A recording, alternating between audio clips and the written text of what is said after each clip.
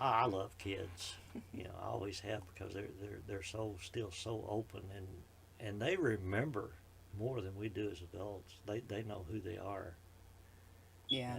They may not know it to the point where they can tell you what they're feeling, but it's because they haven't been totally brainwashed yet. Yeah. Haven't been domesticated yet. Exactly. Well, meaning adults actually are doing their kids a disservice by trying to indoctrinate them into their own beliefs.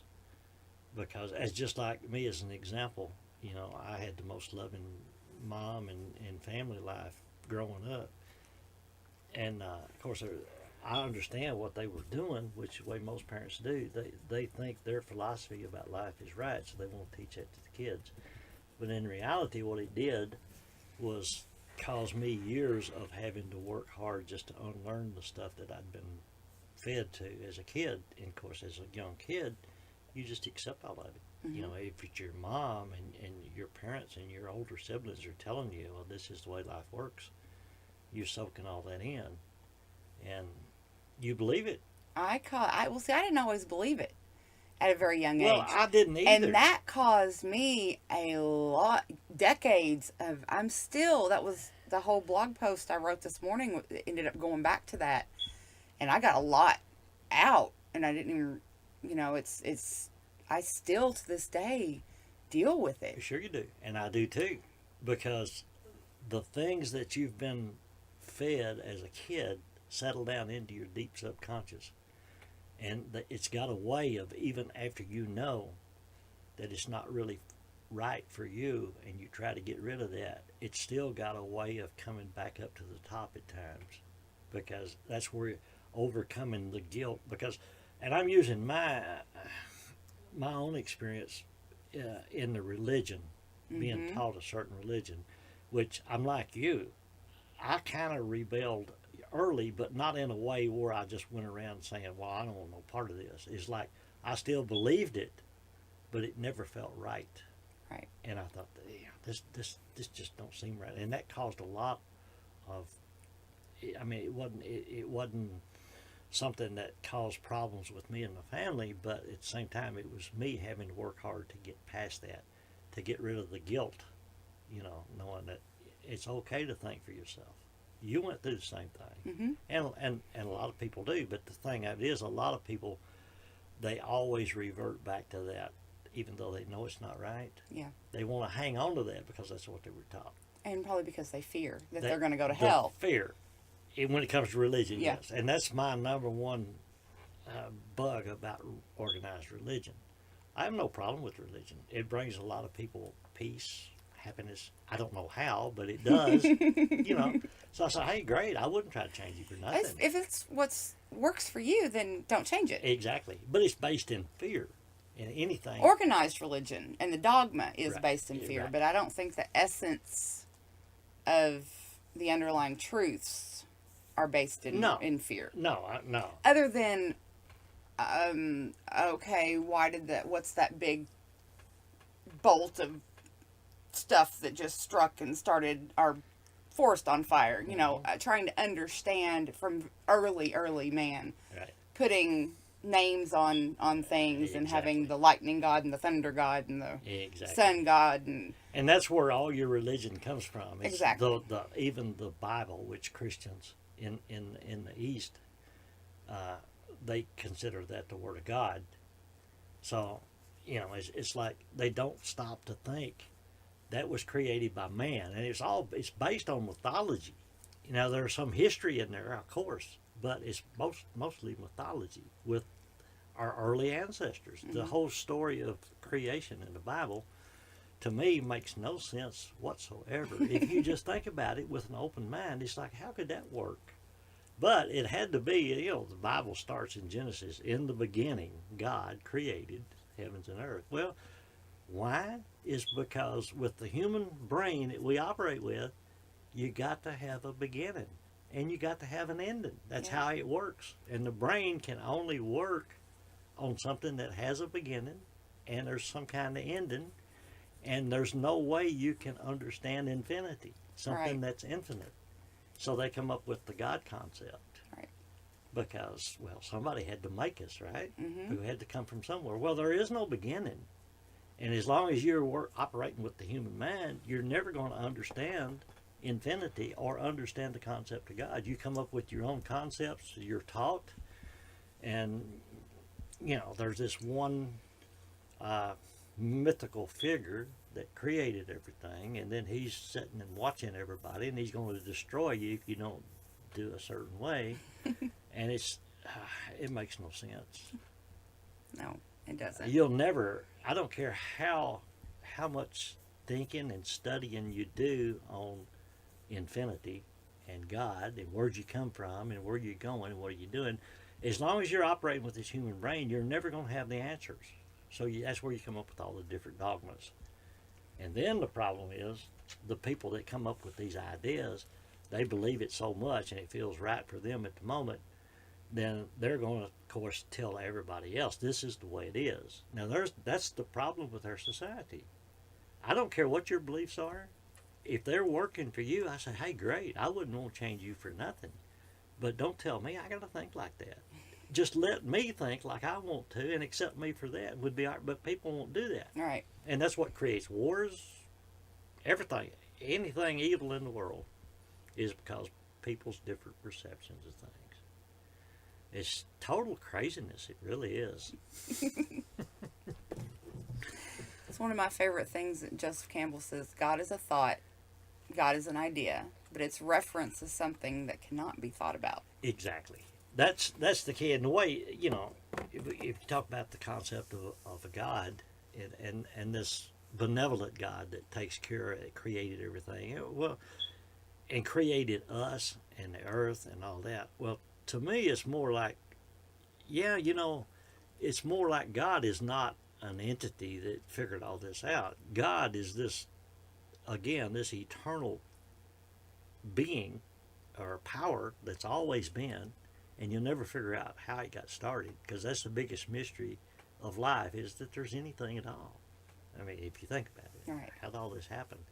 But you got to, you know, I finally come after years realizing that to me, God is more like, okay, I can't figure out and I can't tell you what God is, but God is this power that runs through everything. So God, in the beginning, as he began to express, that's like the number 2. If you go mathematics, 1, 2, 3, 4, 5, you got number 1, so say number 1 is God. Well, number 2 could not be unless it's got number 1, right? Right. So you got to have God. So the way I look at it, God is this energy or this power, this spirit that runs through you, and it is you. So you are God. Right. And I tell people that even in the little book I wrote, and my little buddy Lucky Raindrop says he finally discovers, hey, I'm God. And I remember in my blog I wrote once about similar to that, and I caught all kinds of hell from some religious people. I got some poor reverend down in Tennessee somewhere so hot-wired that they were calling me the Antichrist. You know, I was misleading people, and I was arrogant, and I'm claiming I'm God, and I thought, oh, where'd all But this that's come exactly what Jesus said, and that's exactly what Jesus told us to do. from? The kingdom of God is within You, yes. And also somewhere in the Bible, and I've looked, and I probably need to investigate this because I could use it so often. I know I've read this because I read the Bible through several times. And I know Jesus said once that, talking about the Spirit and the kingdom of God being within you, Mm-hmm. he says, talking to the people who he's talking to, he says, don't you all know that you are God? You are gods. That's what he said. In the Gospel of Thomas, which is not in the Bible, it's one of the Gnostic part. Jesus says, "He who drinks from my mouth will become as I am, and I shall become he." Right. So that's my concept of God. Yeah. God is this power, and as God expands himself, his own consciousness, and puts it out there, he becomes what it is he's created. So that would make all of us, we are God expressing. And when I say that, I don't mean that I'm the one that's going to create anything. I'm not the one that started all this, but I am that power, you know. But the human ego part of us, it takes over. And that's another subject that I could talk about for months, is the ego self. I don't believe in demons and devils and stuff, but my devil is my ego self, and I talk to him all the time, and because he's so tricky, so damn tricky. Uh, I can think I'm doing good, and then all of a sudden I look back at some situation I went through, and I think, yeah, you know what? I thought I had my ego under control, but there he popped up again, because what he'll do is make me think, yeah, you got me under control. Yeah, you done good, Ron. Yeah, you got me where you want me. But all the time he's still making the decisions. Yeah. Real, real tricky. Yeah, I've been struggling with that a lot lately. Yeah. It's hard not to when you're trying to do something and you're like, oh, what a good boy am I, and then down we go. It more is. Joseph Campbell. Yeah, I love Joseph Campbell. I haven't read none of his stuff in a long time, but I remember a period going through there reading his stuff. I thought, this dude's right on. Yeah, I love Joseph Campbell. And for Star Wars fans out there, that's where Joseph Lucas got all of his inspiration for Star Wars. Mm-hmm. Was he kept in contact with Joseph Campbell, See, saying, I didn't know that. You didn't know that? No, Yeah, we were talking about the ego. Yeah, that little tricky little devil. I've gotten into a habit. I talk to myself all the time, which is, I guess, pretty normal. But yeah, especially when I'm subjected to something that goes on, that gets you out of whack, and I start feeling emotions, anger, or whatever it might be. I always stop myself and say, "Hey, ego, I see you. You ain't winning this battle, so you might as well quit." I mean, it's an ongoing thing. It's not something that you can never cease to be aware of. Your ego trying to play tricks with you. I mean, it's a daily thing, and taking the path that leads back to yourself is I think what most people have so much trouble with, is because as human beings, nobody wants to admit that they're got flaws or that they could be better. I mean, they want to feel good about themselves, which everybody does, and I do too. But you got to be really, really careful to take an honest look at yourself, because I keep going back to different times in my life, and life goes, leading the path of the warrior, like 9-1. You go through these stages, and many times I've got the point where I think, and that's when I was still ego-based, more than I care to admit, and I was getting my own ego gratification out of the things I was doing, thinking I was doing all this good stuff for everybody else, which, I was helping people, but at the same time, I was getting my own gratification. And I look back now at some of those times when I thought I had so much figured out, and I didn't know shit. Really. I didn't. I think that was just purely ego. And still, even when you realize that, it still slip up on you. So you never, I don't think, ever get to the point where you can, because the ego is such an important part of yourself. You need to take care of that too. It's not like you can say, okay, my ego is the cause of all my problems, so I'm just going to the hell with you. I ain't going to have nothing to do with you. You can't do that, because it's an important part of you, even though it's illusionary, and the ego thinks everything is real, and it's not.